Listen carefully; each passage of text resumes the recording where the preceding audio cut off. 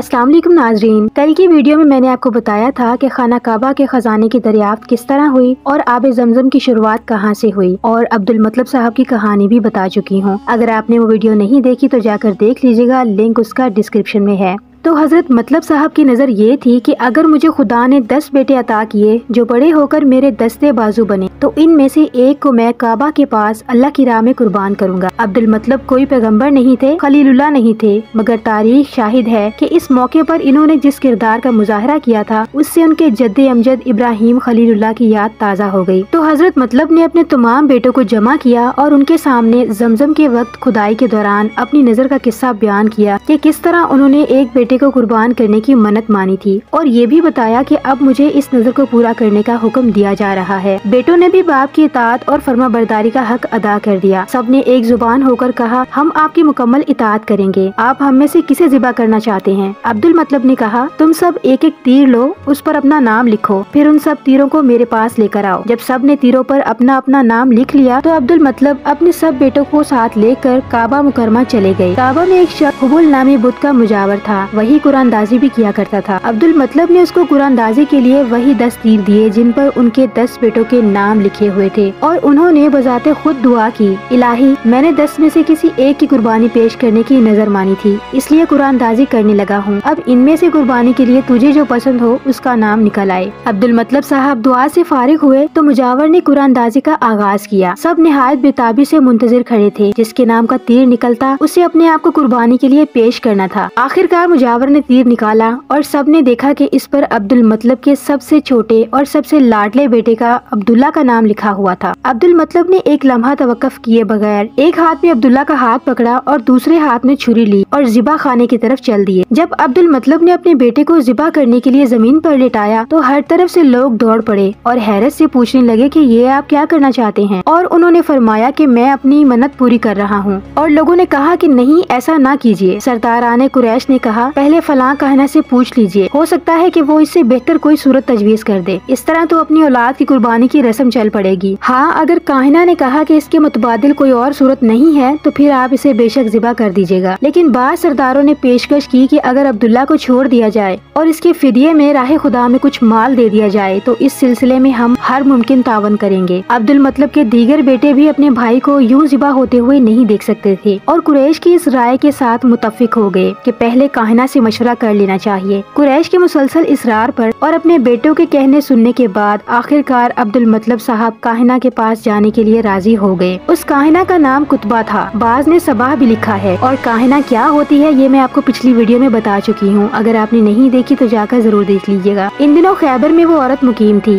اس لیے عبدالمطلب اور ان کے بہت سے رشتہ دار اس کے پاس خیبر گئے اور ساری صورتحال بیان کی۔ اس نے کہا کہ ایک جن میرا تابع ہے، میں آج اس کے ساتھ اس سلسلے میں مشورہ کروں گی اور کل تم لوگوں کو جواب دوں گی۔ اگلے دن اس نے جو تجویز ان کے سامنے رکھی وہ بے شک دانش اور عقل و خرد کا شہکار تھی۔ اس نے ان سے پوچھا کہ تمہارے ہاں ایک جان کی دیت یعنی خون بہا کی رقم کتنی ہوتی ہے؟ تو لوگوں نے کہا کہ 10 اونٹ۔ تو کاہنہ کہتی ہے، تم اس طرح کرو کہ 10 اونٹ اور عبداللہ پر قرآن اندازی کرو، اگر قرآن 10 اونٹوں پر نکلے گا تو اس کا مطلب یہ ہوگا کہ اللہ تعالیٰ عبداللہ کے بدلے 10 اونٹ کی قربانی قبول فرما لے گا، لیکن اگر قرآن عبداللہ کے نام کا نکلا تو پھر 20 اونٹ اور عبداللہ پر قرآن اندازی دوبارہ کریں گے، اگر پھر بھی عبداللہ کا نام نہ نکلے تو پھر 30 اونٹ اور عبداللہ پر قرآن اندازی پھر سے کریں گے۔ اس طرح ہر مرتبہ 10 اونٹ پڑھاتے جائیں یہاں تک کہ قرآن عبداللہ کی بجائے اونٹوں پر نکل آئے، یعنی اگر 50 پرچیاں بھی ڈالی جائیں گی اور ایک نام عبداللہ کا ہوگا تو ہو سکتا ہے کہ شاید سے اونٹ کا نام نکل آئے، اور اونٹوں کی جتنی تعداد پر قرآن برآمد ہو اتنے ہی اونٹ اللہ کی راہ میں قربان کر دیے جائیں اور عبداللہ کو چھوڑ دیا جائے۔ اس طرح تمہارا رب بھی راضی ہو جائے گا اور عبداللہ کی جان بھی بچ جائے گی۔ اس عمدہ تجویز سے سب نے اتفاق کیا اور واپس آ گئے۔ یہاں پر ان سب لوگوں کا مقصد یہ تھا کہ حضرت عبداللہ کو کسی طرح سے قربانی سے بچا لیا جائے۔ مکہ مکرمہ واپس پہنچ کر کاہنہ کے بتائے ہوئے طریقے پر قرآن اندازی کی گئی، 10 اونٹوں اور عبداللہ پر قرآن ڈالا گیا تو عبداللہ کا نام نکلا، پھر ان لوگوں نے 20 اونٹوں اور ایک عبداللہ کے نام کی قرآن اندازی کی۔ اسی طرح ہر دفعہ 10 اونٹ پڑھاتے گئے اور قرآن اندازی چلتی رہی، لیکن ہر مرتبہ عبداللہ کا ہی نام نکلتا رہا۔ آخرکار جب 100 اونٹ اور عبداللہ پر قرآن اندازی کی گئی تو 100